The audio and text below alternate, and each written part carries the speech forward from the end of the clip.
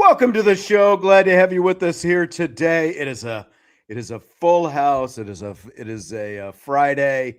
Jesse looks like he just rolled out of bed about 15 minutes ago, but hey, you guys, he's been up all day. I want you to know that there's commitment because James Harden is doing a pop-up signing event. He has his own wine collection. He just got traded to Cleveland, and he's doing a random autograph session where he's signing his wine bottles out of a gas station in Cleveland, Ohio. So that out of says a gas lot. Station. There's a lot. And it tells you what you need to know right there. I agree. But a James Harden autograph? Come on. We're talking about one of the he'll be in the Hall of Fame, top 10 scorer all time, MVP. I'm just saying, I gave up a lot to be here on a Friday. Okay. All right. We appreciate the sacrifice. I gave up. I don't know what I gave up. I could have just been laying on the bed behind me, lounging right now. I'm in Duluth, Georgia. Notre Dame women's basketball just finished off a quarterfinal ACC tournament win, 81-63 over North Carolina State. Minor upset. Notre Dame, the number 5 seed in this tournament. NC State, the number 4 seed. This is the second time in the last 3 weeks that Notre Dame has beaten North Carolina State, though. So handedly. They led today by 28 before winning by 18. The first time they played, they won by 27. So Notre Dame is on to the semifinals where they get a rematch against the Duke Blue Devils. I'm all over the place with my microphone right now. I'm trying to get a good level. Does my voice sound a little gravelly? Like listening to myself, I sound a little gravelly. Didn't feel gravelly when we started, but I think it's good. You got a bit of a different angle today than you did yesterday. You're a little I've got this light in front of me, and literally right after the show ended last night, the bulb went out, and I never called down to have them replace the bulb. So I'm trying to position myself. I've got a window over here where the light's coming in. At some point, it's going to get dark, so I don't know. Yes, it I don't will. know what things are going to look like by the time it's all said and done. That's all right. That's the point that I'm at. I'm at my grandmother-in-law's back room doing the show here. Birthday dinner afterwards. So is she selling wine out of the bathroom, like out of the bathtub? Is it like bootleg? Yeah, bootlegger's girl. We've got a lot of things that we're going to talk about in this show. I'm going to start with this, though, because Vince just tried to start an argument off the air right before we started. Very interesting today that as Notre Dame women's basketball playing here northeast of Atlanta, the Atlanta suburb of Duluth, Notre Dame men's basketball's all-time winningest coach. Both of the all-time winningest coaches, men's and women's basketball history at Notre Dame, were in the same building today. Muffet McGraw doing TV for ACC Network. I talked to her real quickly in the hallway before the game started. She says, where's Big Game Karen? I don't know. Big Game Karen's not here. Haven't seen her in a while. What's up with that? This is a big game, but Big Game Karen's not here. It's tomorrow. She's not flying until tomorrow. She wanted to make sure it was worthwhile. She's not coming until that number 1 seed matchup. But Mike Bray was in attendance today, too. And, of course, he works for the Atlanta Hawks now. And after the game, he was down hobnobbing with the band and the cheerleaders. He was taking photos with the band. And, the band apparently was all into Mike Bray during the game. I didn't realize he was here until after the game when I saw him because he was a little bit closer afterwards. I guess he was sitting behind the bench. And I saw that he posted Notre Dame women's basketball social media posted a photo. Let me just ask you this. Oh, boy. The way things are going right now, if we took a poll, who do you think would be more favored by the fan base right now? The current head coach or the one he replaced 3 years ago? Wow. I'm laying a bomb on you. Vince. I feel like you're asking me to vote for president. Like I don't know what's the word. Like okay, so I don't yeah. understand why you're so down on Bray. Is it just because the way things ended? You act as if Mike Bray just lucked into being the pro. I'm not saying that at all. I'm not saying that at all. He's gonna end up in the Notre Dame Ring of Honor, all of it. He may, and that's great. I love rooting for his teams like 10 years ago. I really did. I loved it. I don't like the way he went out. He got real lazy, and I just you don't think he adapted? Maybe is the way to put it. Compromised his morals as well when it comes to the way he was recruiting and things. Like he cut corners and he was lazy about it. It wasn't the Mike Bray of old that I did respect from a coaching standpoint. So that it's kind of like the whole, what have you done for me lately? When he left here, I was not a fan because I didn't like the way he did his job. That's me. That's my personal opinion. Jesse? Yeah, I mean, I would take Mike Bray over Shrewsbury. I don't know how he would do in the current landscape of NIL and transfer portal. I don't know if that's something that would hold him back. But if we're just talking pure X's and O's coaching, I'd take my chances with Mike Bray at this point. Yeah, Brandon in the chat says felt like he couldn't keep up with NIL. Well, I mean, NIL wasn't a thing yet when Mike. No, Bray it really wasn't. But like the way things were trending, I don't feel like he would have wanted to keep up with it. If I'm it's not the. It's like the Nick Saban situation. Like these older guys, the old school guys, and I would count Mike Bray in that company, right? They didn't want to deal with NIL. That's not how they've operated for decades. And frankly, I don't blame them. I would have been in this. I would have been like, you know what, this is for the birds. I'm getting out while I can. But yeah, I don't know that he would have operated very well, and I don't think he would have wanted to. Yeah, 13 NCAA tournaments in 23 seasons that he coached some teams that were fun to root for because they were scrappy. They were great on defense. Maximum effort. It was guys that were around for 4 or 5 years. You know what I mean? Like he had a great formula for what would be successful at Notre Dame. And a lot of times they became kind of that underdog that was super fun to root for. And then they go to the Elite Eight twice in a row. Like it was so much fun to root for his teams and to root for Mike Bray, to be honest with you. Like it was great. I loved it. It just, the way he left things just rubbed me the wrong way. That's all. No, I hear you. I mean, he was looking for a quick fix. It was, it was starting to go downhill. It's hard to believe. 2018 was that NIT when Bonzie Colson, remember they hosted Penn State in the NIT and Bonzie had that injured foot that year. And then he re-injured the foot. That's right. Late in the second half of that game. That was kind of, probably not even kind of, that was the beginning of the end. He did, manage to scrap together that NCAA tournament team with Blake Wesley in 2022, but then 2023 was it when they fell back and they were, below 500 once again. But, I agree with what you're saying. I mean, he was definitely, he knew the end was coming. He knew that he was going to head out into the sunset at some point. And he was kind of, there was definitely a phoned it in aspect to it. And he was, sort of casting and trying to reel in a big fish and cut corners is kind of what you're, like he was looking for one last swan song. He's like, just give me one last ride into the sunset and then I'm out of here. I think what upsets me the most about the whole thing is he was easy to root for as a coach. Like he was so easy to root for when he first came over. And, just the way he operated and things like that. And like I said, his teams were easy to root for.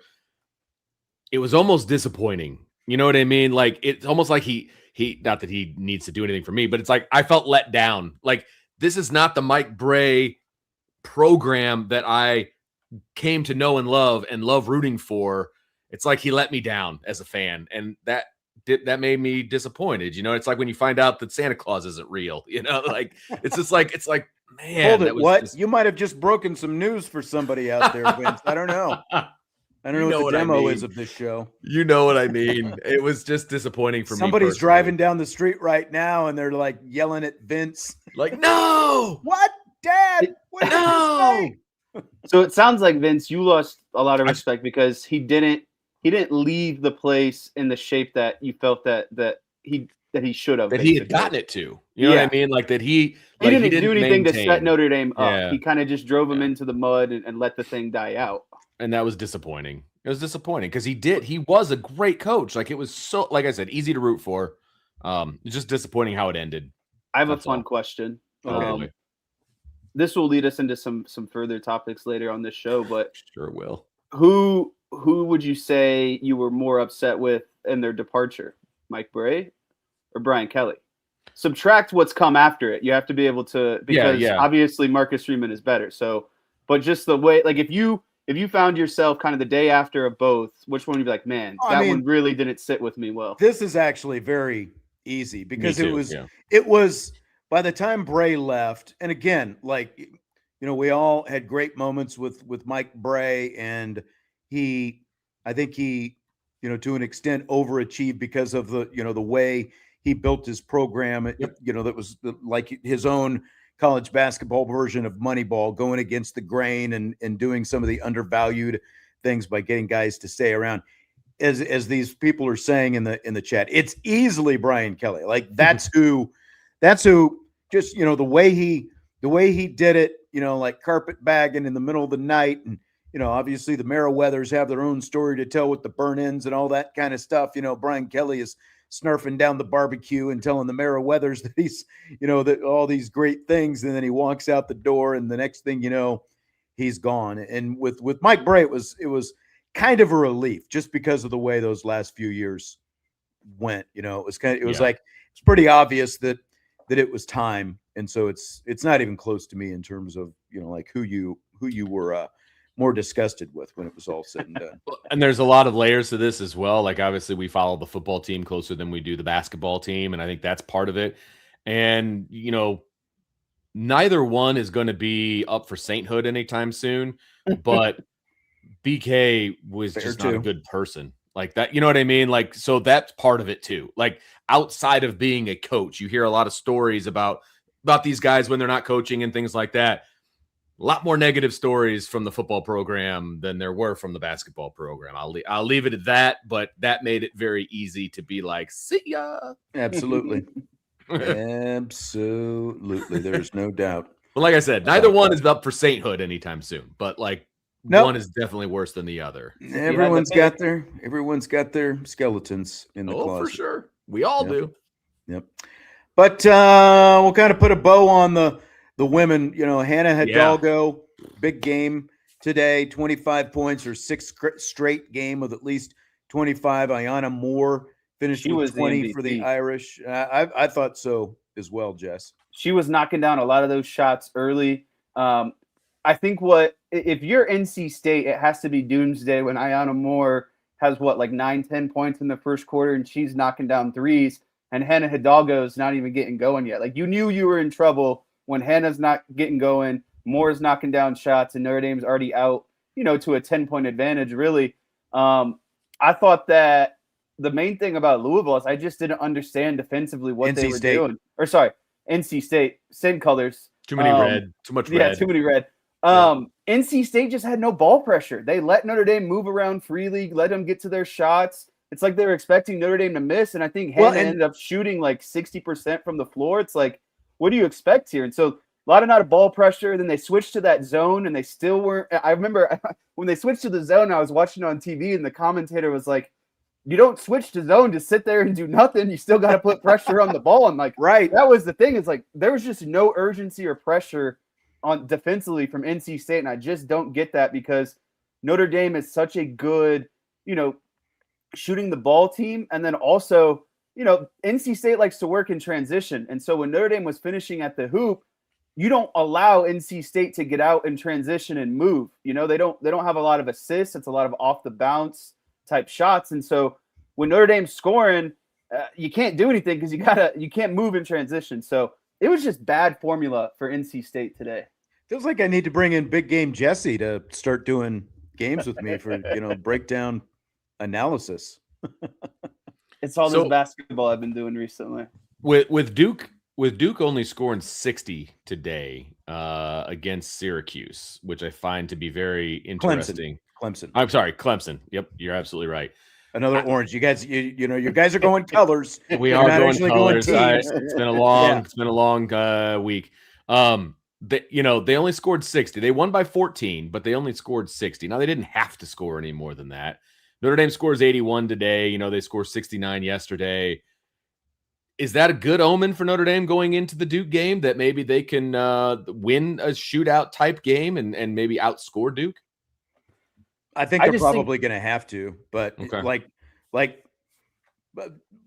talk to Michaela Mabry, who had the scouting report for today's game, and she's also going to have tomorrow's game. It doesn't happen very often that the same assistant has the scouting report for back-to-back games, but she did them both during the season, and they're rolling right now. So she's in there crunching film right now, getting ready for tomorrow. But the biggest thing with Duke is their size. That's what, and looking at Duke, they've just got length across the board, and that's what Notre Dame couldn't match the first time. They also didn't have KK Bransford the first time. And so that's what, KK, since they've come back, I want to make sure that I get this number right. It is 8 of their last 9 games. They've won 8 of 9 since KK Bransford has been back in. And obviously this 7-game, winning streak that they're on right now, that's a season high, so she's been a big part of it. But they have to be physical against Duke, and really they have to push pace as much as possible. That's the key. They've got to stay out of half-court sets with Duke as much as possible. Yeah, I think you got to run a lot in transition, and you got to be able to do, honestly, what they've been doing these first couple games, and that's knock down some outside shots. So Ayana Moore, Vanessa De Jesus, them getting into rhythm is just really helpful for this big matchup against Duke. And then also, Notre Dame is hot. This is Duke's first game in the tournament. Notre Dame is nice and loose, got their legs underneath them. It seemed like there was a much better crowd in the arena today. So, you're kind of feeding off the fans there a little bit. I'm sure it's like the weekend package now where everyone's coming in for, Friday, Saturday, Sunday. But I don't know who would want to play Notre Dame right now, especially when they have the ACC Player of the Year. She's rolling. You got Bransford back that gives depth. Not only it just allows them to play just more free, honestly, right? Because it's like you're not playing 40 minutes a game, 40 minutes a game between 6-7 players. You got more depth on the bench now. Bransford can create more shots off the dribble. She's not really a catch and shoot type of player. So I think having her back has just been tremendous. I think so as well. And to your point about the minutes, because obviously, especially when they were without Bransford, everyone had to rack up so many extra minutes. And Hidalgo has played, I think, the most minutes of anyone in the ACC, and she's around top 15-ish in the country or something like that. But I think it helps when you've got a game like today, when you've already played a game yesterday, when you don't have to go all out in the fourth quarter because you're up by 28 points, and then obviously they came out late. It's interesting because before this tournament started, I had a conversation with some people on the performance staff, and we talked about, because when we were coming here to the airport, they had just finished a practice and they had the GPSs on them, and they've got this thing where they put all the GPSs in this box, and then they plug it into the computer, and all the information downloads, and you see everything from like the distance they covered to the exertion and all this different stuff. And we talked about what they told me was none of these minutes happen by accident, and everything there's numbers on everything. And when they play a game on Sunday, they do as little as possible on Monday, and all the minutes that they're practicing during the week leading up to the next game, everything is managed, so, and plus the fact that this trip, because it's ACC and you've got back-to-back games, they've brought the massage therapist with them, so everyone's getting massage treatments, and there's all kinds of other treatments that they're getting, so it's I think they feel like they're in a really good spot right now. And obviously they've got a lot of confidence and a lot of momentum on their side. I'm looking forward to it. I still think that they're going to pull, obviously bias aside, but I think tomorrow's going to be a really good game. I think they're going to pull off the upset. It's just that you have to not disregard. I think you can learn from that Duke matchup earlier in the season, but it's just a completely different team. I think, getting Bransford back again gets more and more rhythm, gets to Jesus and more rhythm. It just frees everyone up a little bit more. And then obviously when you have Hannah, she's able to facilitate and help everyone else's game out a lot. Absolutely. Absolutely. And it was another one of those days, Malaya Coles, not a lot of scoring, but 19 rebounds in 2 games that she has now, and 6 offensive boards. Was it 6 today? Let me double check this. 4 offensive boards today after 6 yesterday. So that's 10 offensive rebounds the last couple of games. And that's been really, and this is also going up against a first-team All-ACC post player who averaged a double-double this season. So, they've gone up against some pretty good bigs, like 2 players. The 2 players that they played against in Miami yesterday and NC State today, both averaging double-doubles. And, they both ended up with double-doubles, but Notre Dame won as well. And it's a great point about, I'll just circle back to what you were saying about NC State, because where they made their comeback, Zoe Brooks started pressuring the ball, and she started poking away, got a steal or 2, and they NC State closed the first half strong, but nobody else was playing like that. And that's kind of how they played the entire first game when these 2 teams played, like 0 in defensive intensity, and Notre Dame was really able to take advantage of it.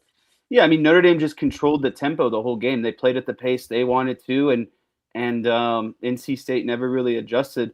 I liked what you said about the Notre Dame's post player. She had a really nice offensive rebound in the first half where I think she was kind of falling down to the ground. NC State was kind of getting it close, and then she kicks it back out to the top of the key, and DeJesus hits a wide open 3. Yeah, it's just like that's the effort that you need to kill, some any sort of momentum that other teams are getting, like to get an offensive rebound like that and then to kick it out and get a 3. Like there's nothing more demoralizing than that. That's for sure. Well, I think this Duke game is the one that's been circled, right? I mean, obviously they had to get through these 2 games to get to the Duke game, but these are both teams that Notre Dame has beaten in the past. And it just feels like, okay, everything is kind of leading up to this. And I know it's not the championship. You cross that bridge when you come to it, but this one feels like the game, for the tournament, and obviously if they win, you hope there's not a letdown in the championship or whatever, but I feel like this is the one that is circled. I mean, you still potentially have to play Louisville or North Carolina in the championship. 100%. So. Yeah, absolutely. But they got some revenge on their mind because they've already beaten those other 2. Like they haven't beaten Duke. No, that's true. That's very true. Brandon asks, how far could they rise for the NCAA tournament if they win the ACC? This is a conversation I had with some in the Notre Dame administration, again, before we were coming out here. And they've been projected as a number 6 seed in the last couple of projections. And Notre Dame feels like if they're able to run the table and win this ACC championship, they've got a better than 50-50 shot to host first and second round games. That would mean they would rise up to a number 4 seed, which didn't seem a couple weeks ago like there was any possibility that was going to happen. But here we are, 7 straight wins, and that's, 2 wins against NC State, a win against Louisville in that stretch. Those are both teams that have had higher net rankings than Notre Dame this year. If they beat Duke, that will be the highest rated net ranking team that Notre Dame has beaten this year. So that would be another, and another quad 1 win to go along with it. And, and this today was a quad 1 win against NC State. So not saying it's going to happen, but they definitely feel like there's a better than 50-50 chance that Notre Dame could rise as high as a 4 seed and end up hosting NCAA tournament games if they win these next 2 games against Duke and then whoever in the championship game. So lot up for grabs potentially. I thought it was hilarious on the national broadcast on the ACC network. They were saying, Notre Dame might not have, won the ACC championship, regular season championship this year, but even in a down year, Hannah Hidalgo is deciding who wins the ACC championship, talking about how they beat Louisville. So I thought that was funny. They're very high on the Notre Dame team. I'll tell you that. That is absolutely right. And I just lost my train of thought. There was something that I was going to say. But Your number 1 fan is in the chat today. I think that's what you were getting at. Our boy Renee is here. Renee. Yeah, that's right. Hey, I guess he's not allowed on the IB channel, but he is on the WSBT channel. So, I mean, that's fine. He's always been more than good here. So, take it. All right, we haven't even got to any of the Notre Dame football talk. We went all hoops in the first segment of the show. We've got some comments from Marcus Freeman. We're going to talk about Brian Kelly as well. He did a little radio show today. We've got a shortened show today because we've got Notre Dame hockey. The pregame there starts at 6:15, so we're going to be out before that later tonight. Vince DeDario, Jesse Stiers, I'm Sean Stiers. We'll take our only break this hour, and then we are back with more. Some comments from Marcus Freeman. Coming up next, Budweiser's Weekday Sports Beat with IrishBreakdown.com.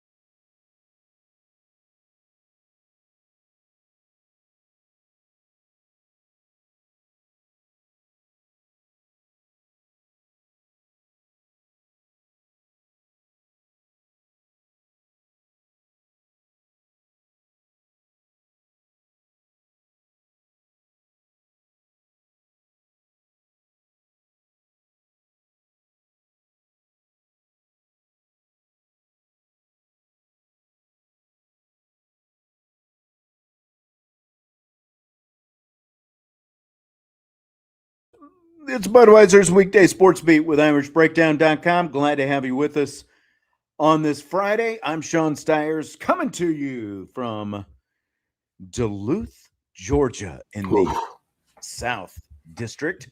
After Notre Dame women's basketball's ACC tournament quarterfinal win over NC State today, they move on.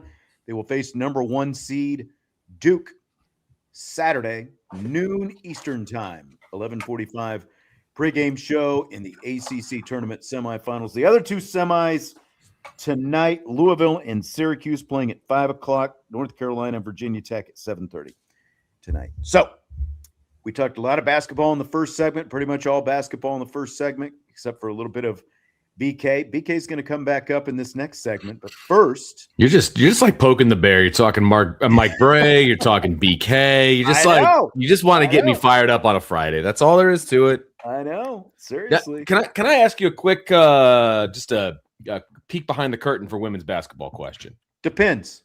Well, that's fair. Do you guys, as a program, go watch the games, or is it you guys are just kind of doing your own thing? You go to your game and then you're out, kind of the deal. It's mostly that. Like if they would have played an earlier game and the team that they were going to play next, you know what I mean? Like they would have stayed and watched some of that. But so what you're saying is if they win tomorrow, they'll probably stay and watch that other semifinal matchup. Yeah, or at least half of the game. That's kind of how that usually because Duke hasn't played live yet, so it's like there was nothing for today, and same with after beating Miami yesterday. Right, exactly. Now me, it's like because of it's not like 1:30 is early, but at the same time, it's like it's early enough that I've got other things that I need to get done in the morning. So like once we finish the show tonight and, do some of the show stuff, I'm going to roll right into, prepping for the game tomorrow, especially since it's a noon game tomorrow, since that is a little bit earlier now. I was curious how you guys spend your time and your day. Yeah. And, like I wouldn't mind going over there, but I told you guys what the media setup is like. It's like from where I have to be. It's like literally, no, I'm not even going to bother, but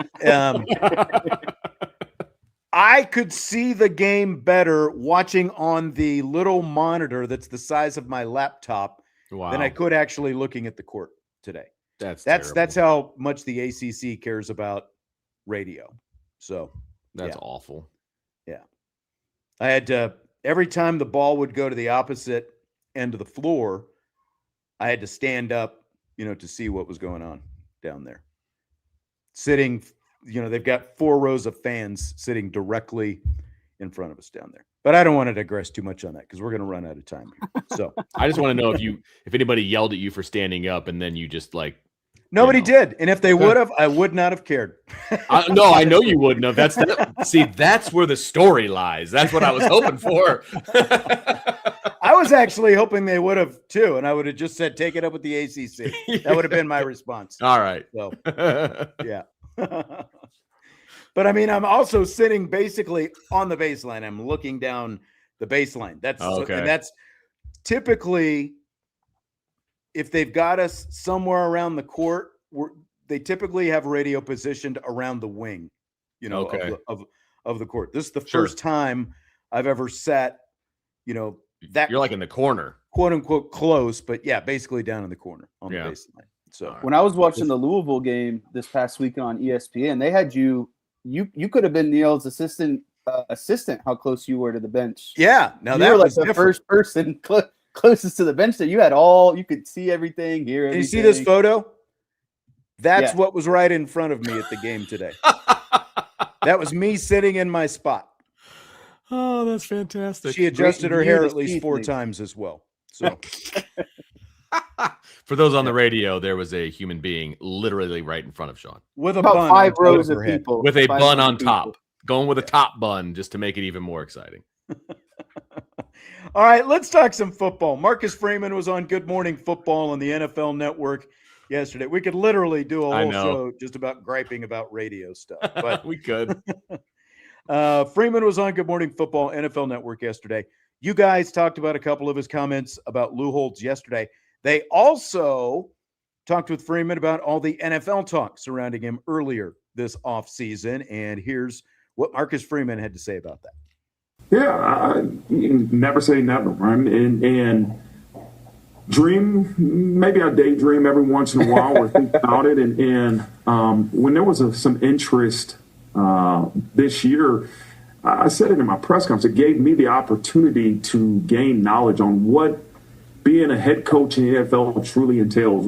What's the relationship with the GM, the ownership? What do they believe it takes to have success at that level? And so I learned a lot about what being an NFL head coach entails, and it's knowledge that I'll continue to keep in my head. And you know, if there's a time and opportunity that's right, then we'll see what the future holds. I always say the future's uncertain, but I have the best job in America, and I say that with a strong conviction.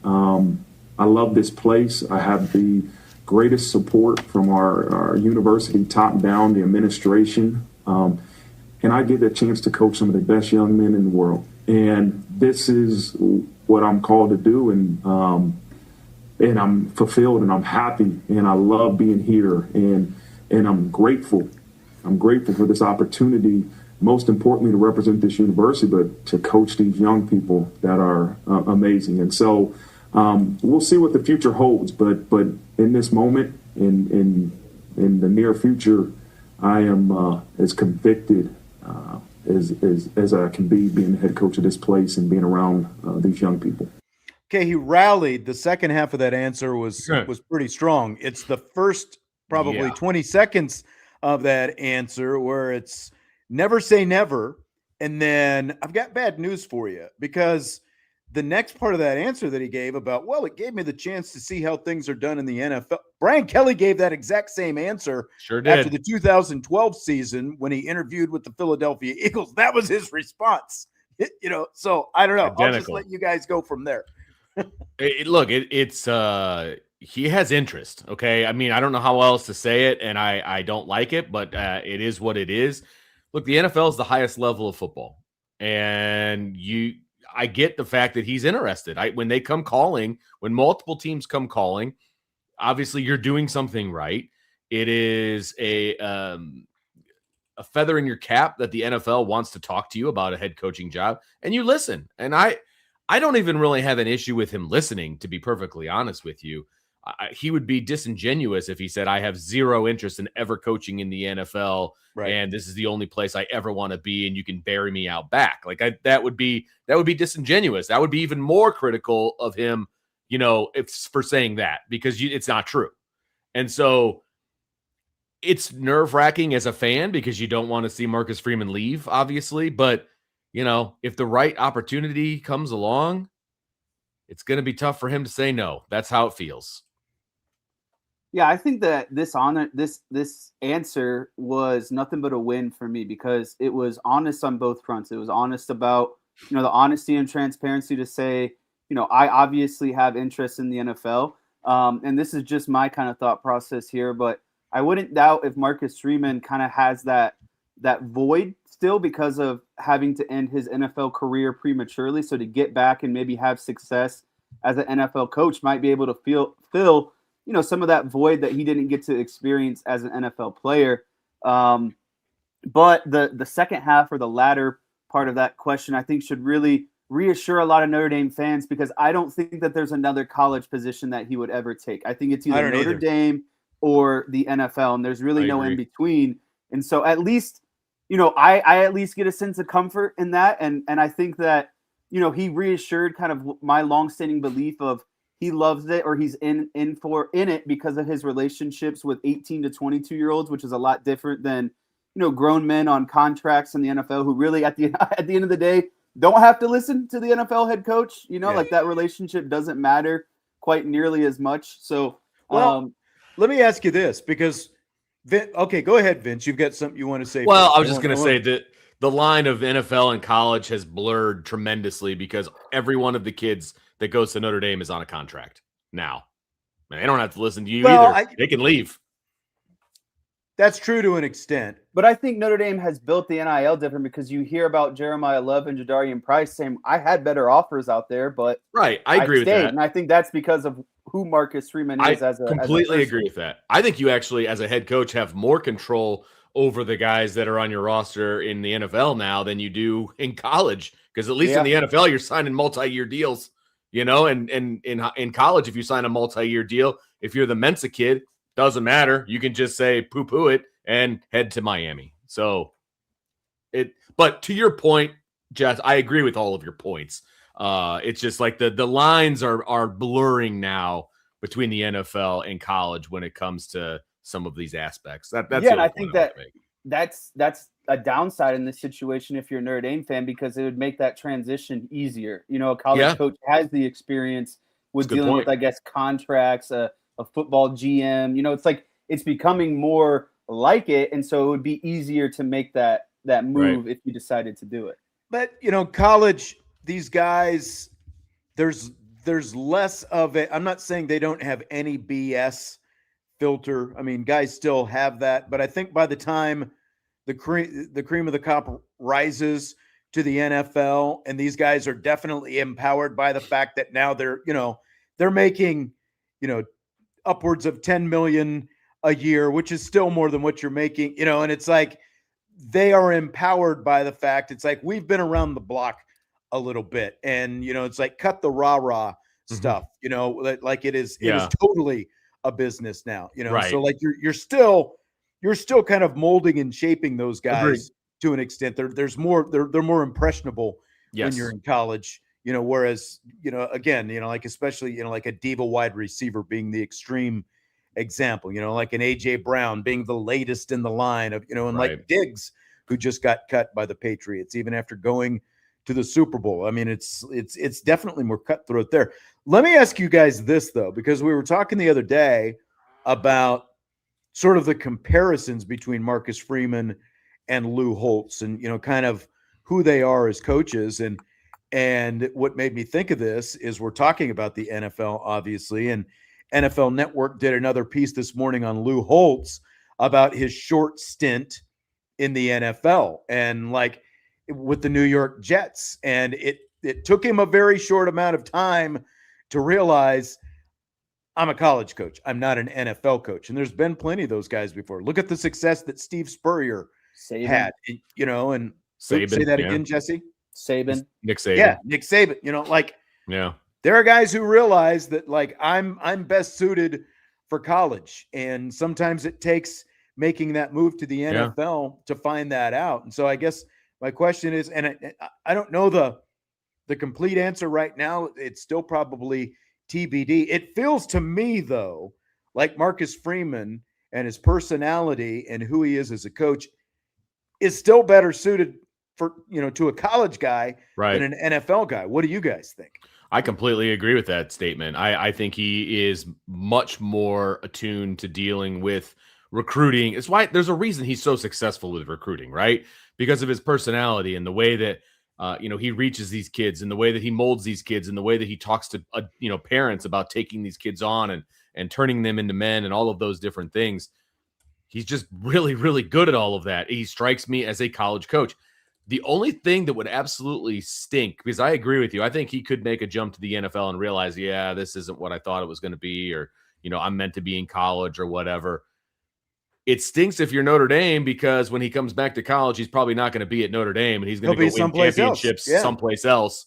And he had to go to the NFL to see that wasn't right for him when he could have just stayed at Notre Dame. Like that's my worry, right? Like, that's my biggest worry. Well, and look, it's definitely a pressure cooker at Notre Dame. There's a lot more scrutiny. Scrutiny? Yeah, scrutiny. Scrutiny. Yeah, scrutiny. I got one right, everyone. I added an extra syllable. I know. It's like I knew that sounded wrong, but I couldn't. Yeah, ring the bell, baby. Jesse, I'm proud of you. Think about it this way. Like, think about Drew Brees a few years ago when he was the season that he called Notre Dame games. And he pretty much flew below the radar, with the exception of Notre Dame fans, right? But then that one NFL game that he called, playoff game, with 30 million people, and he stunk.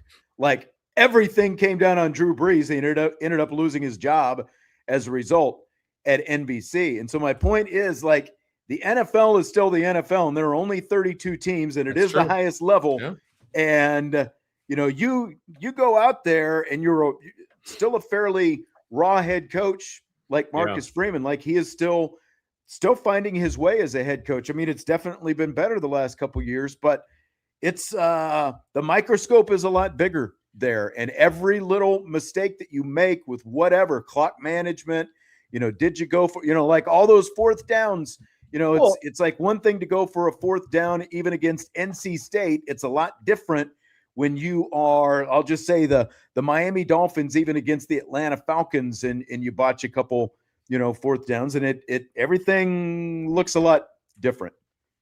I will say the NFL would have a lot shorter leash, fans, media, if Marcus Freeman is going out there and losing types of games like Marshall, NIU, that sort of stuff, where it's like that stuff is just not tolerable at the NFL level. Like they'll run you out of town in 2 years if you're losing to your divisional rivals every year and not turning over above 500 record.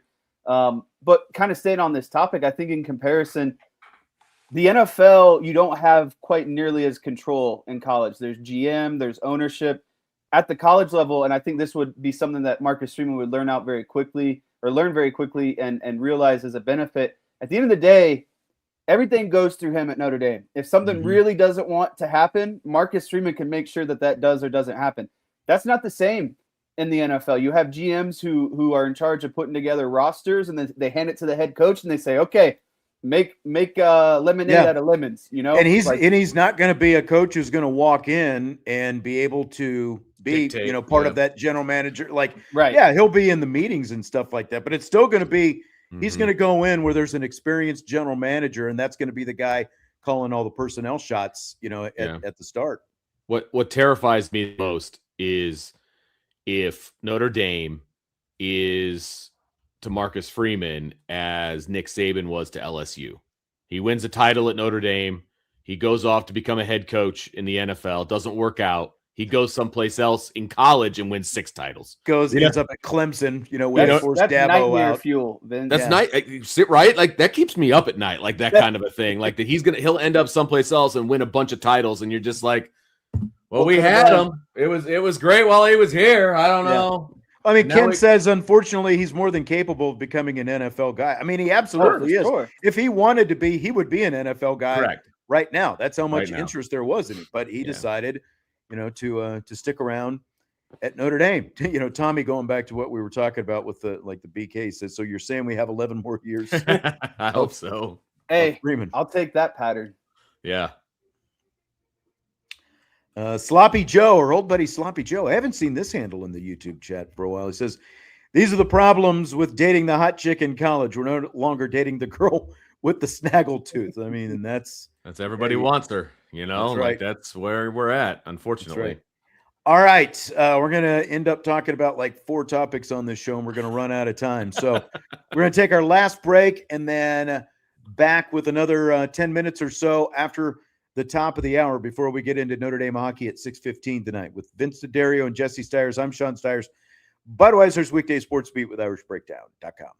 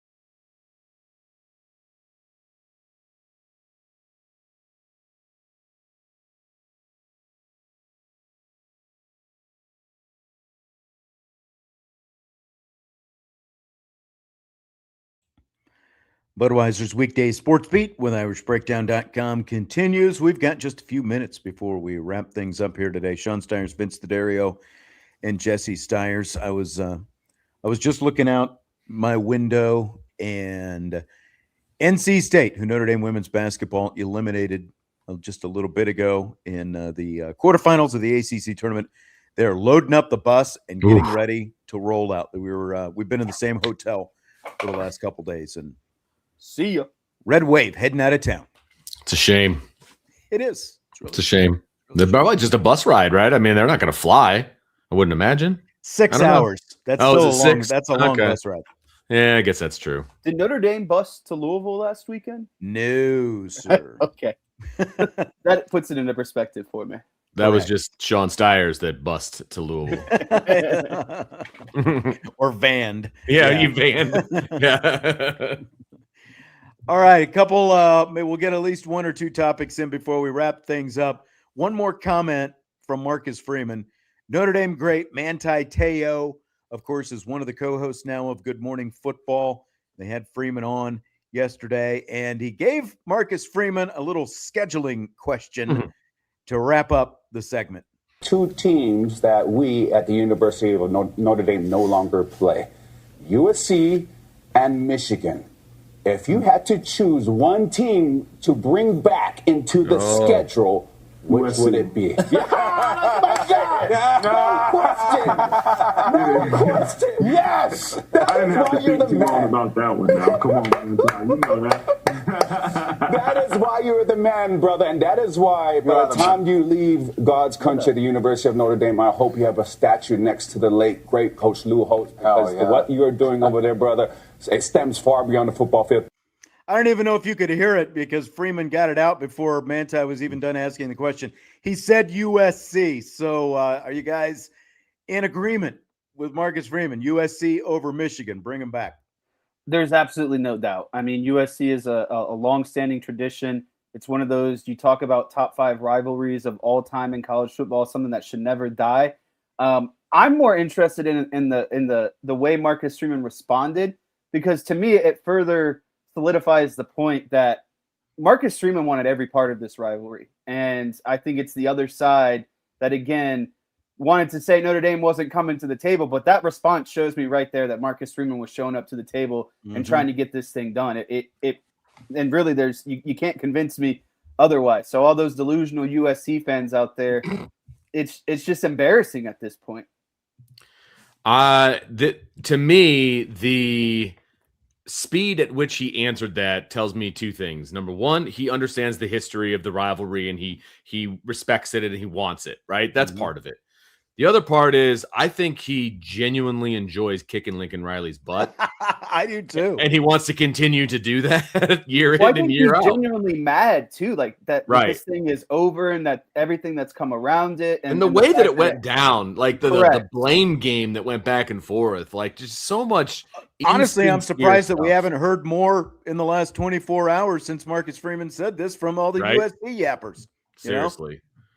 Yeah, 100%. I love that answer, and absolutely the way I would have answered it as well. That's right. Good point from Sam Spade. I like that handle, by the way. Sam Spade, the Maltese Falcon. I've never seen it. They made a TV series with Clive Owen about a year or so ago. Maybe it's been a year and a half. At this point, It was supposed to be, You're speaking a foreign language right now. I know. It's not music, so I thought maybe Vince would have some clue about it, but it's a little before my time, unfortunately. This is why I always say you need to get on a little pop culture team and put your skills to test. Let me ask you this. I want to make sure and get this in before we wrap up today. New Dallas Cowboys defensive coordinator Christian Parker says he owns 400 pairs of shoes. Good Over under 4.5 years. It'll take Jesse to hit that mark. He's married now, so I would have taken the under if he was going to remain single. He's married now. He's not going to be able to put all of his funds towards shoes, so I'm going to take the over. Yeah, I'm in complete agreement, Vince. And we just merged the money officially recently, so there it is. Transactions. That's a sucker bet right there. Yeah, I can't get away with that anymore, but I will say, if we did hats and shoes, I think I would take the under on that one. But just shoes alone, I'm going to have to take the over. I'm running out of room in my closet, though. I will say that. Does she make you like sell when the closet gets too full? Or No, are you at I've that got my point own yet? closet, so she's not allowed to go And it's in full there. of shoes and hats, right? Hats, shoes, clothes. Sean, how many pairs of tennis shoes do you own right now?